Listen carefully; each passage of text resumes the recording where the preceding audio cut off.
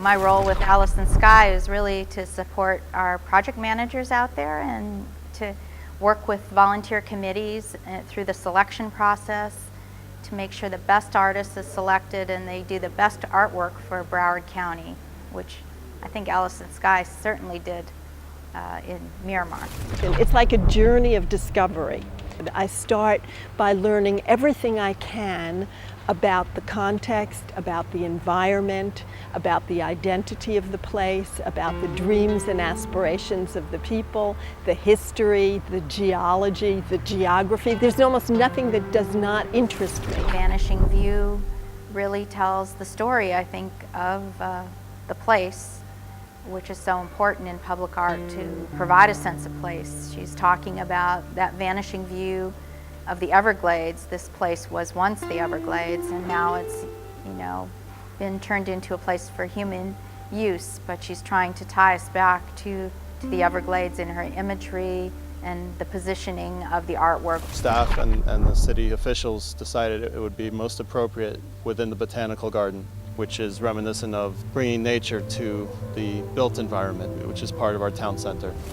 And the first thing I did was I came and I spent some time here and I met with people and I asked them, what is it that makes Miramar special? What started to come through was their feelings about the sky. They felt that the sky is very unique in this area, and it's not just that it's beautiful, it's something that is inherently part of their lives. So this piece is celebrating the sky, the Everglades, the aquifer that's beneath the earth, that sustains all life on the earth. She listened to the residents of the community when they talked about their home and what they think about it, and she was able to capture their thoughts in her images. When I'm given the commission, I don't have a thought of what I'm going to do. I start with an open mind. It's like a blank sheet of paper. At the very beginning, I start with a kind of stream of consciousness thought process, so writing.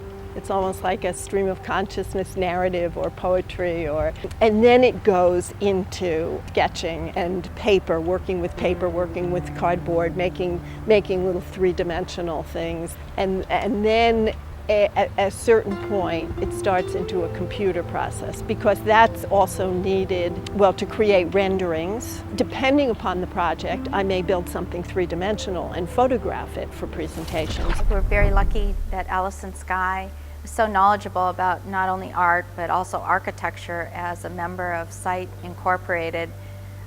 She has an extensive background that allowed her to really work with the team extensively and to integrate her art so beautifully within the botanical garden.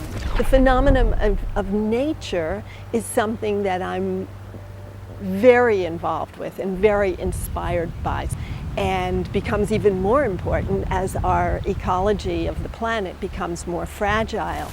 In South Florida, our water literally depends on the Everglades, the systems of the Everglades replenishing the Biscayne aquifer so that we continue to have water. Any destruction of that habitat, which has already been massive, has depleted the amount of water we will have in the next 50 to 100 years.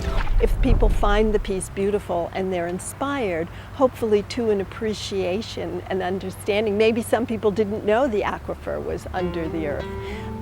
And inspire people to really work towards protecting, understanding how beautiful a planet we have, and that we really should be working to protect what we have, this wonderful planet.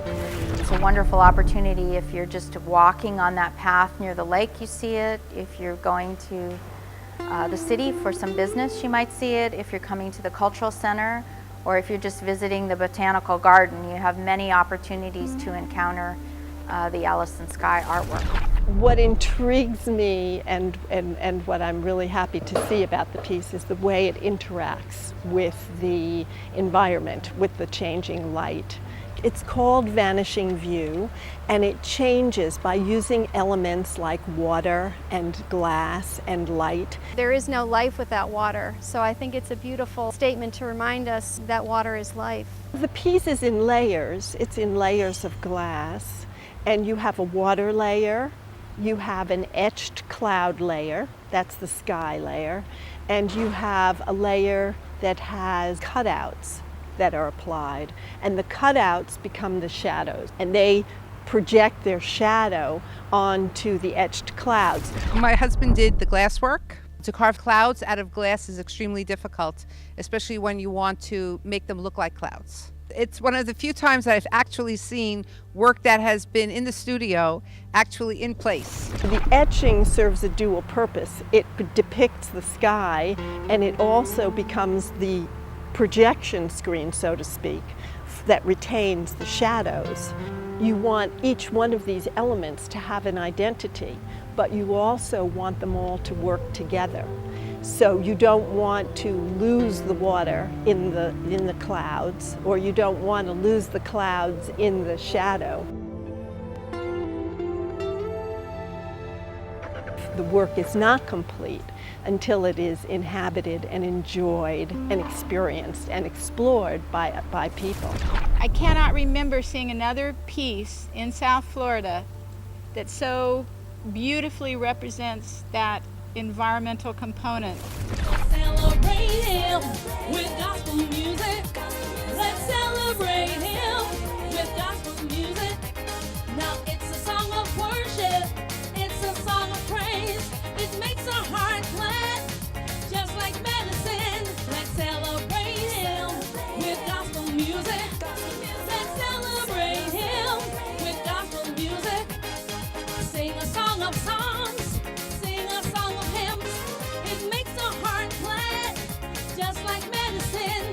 So celebrate him.